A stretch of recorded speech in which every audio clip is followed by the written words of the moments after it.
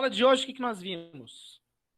Os interferentes no transporte de drogas, no transporte de princípios ativos a partir das membranas, através das membranas.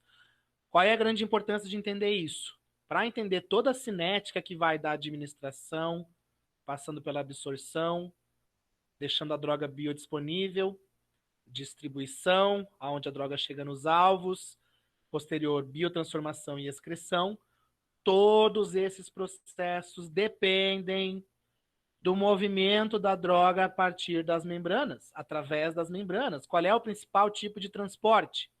É o transporte passivo, difusão passiva. Então, o que nós temos que entender? Quais são os interferentes desse processo? Quais são os principais interferentes? Está aqui, ó.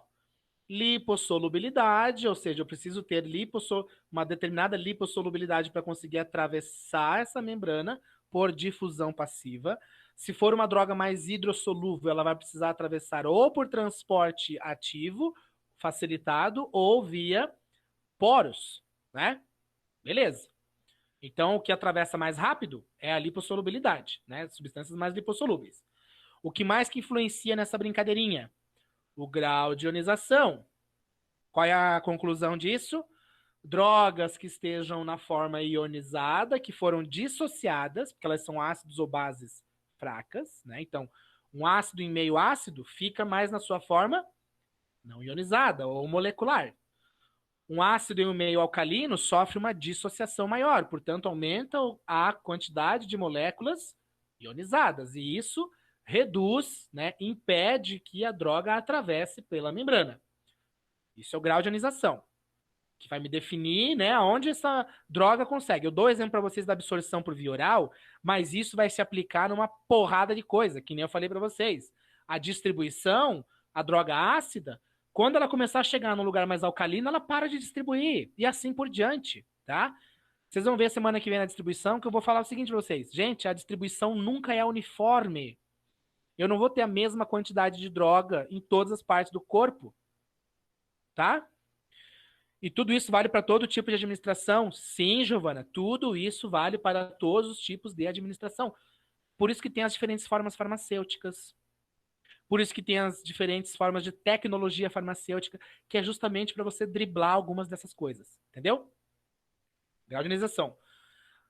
Proteína plasmática. Qual é a moral da proteína plasmática? No que ela influencia? Ora, se eu tiver a droga na forma ligada à proteína plasmática, ela também não atravessa membranas. Tanto aqui no caso da albumina, para sair da corrente sanguínea, né?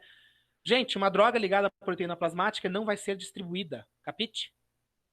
Por quê? Vocês vão ver lá semana que vem. A distribuição requer que a droga saia da corrente sanguínea e chegue no seu alvo de ação.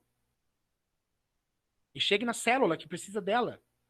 Se está ligada à proteína plasmática, não vai distribuir, porque ela não consegue atravessar por aqui, ó, a molécula é muito grande, né? Ela não consegue sequer sair de dentro do capilar sanguíneo. E isso é ligação a proteínas plasmáticas. Então, para que eu tenha a difusão passiva, eu preciso estar na forma livre, né? Eu preciso tê-la na forma livre. E a partição em tecido adiposo, que também faz uma menção a essa lipossolubilidade, né? Por meio do coeficiente óleo-água. Quanto maior o coeficiente óleo-água, mais lipossolúvel é essa droga, maior é a probabilidade de ela ficar retida no tecido adiposo, que serve como uma reserva dessa droga.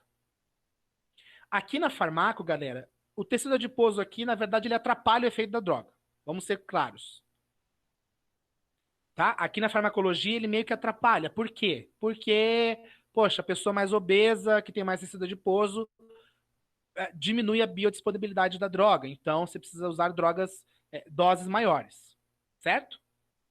Na farmacologia, atrapalha o tecido adiposo. Na toxicologia, o tecido adiposo ajuda. Porque uma substância que você se intoxique, que vá parar no tecido adiposo, ela vai ficar lá. Ela não vai produzir intoxicação. Que é o exemplo dos pesticidas. Os pesticidas, por exemplo, é o exemplo clássico. Né? O cara trabalha anos lá aplicando pesticida, todos os dias um pouquinho, aquilo vai acumulando no tecido adiposo dele. serve como uma, entre aspas, proteção para o indivíduo, entendeu? O tecido adiposo na tóxico é bom.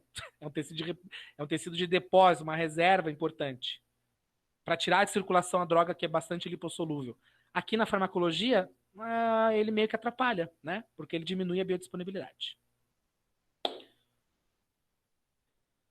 Fechou, galera?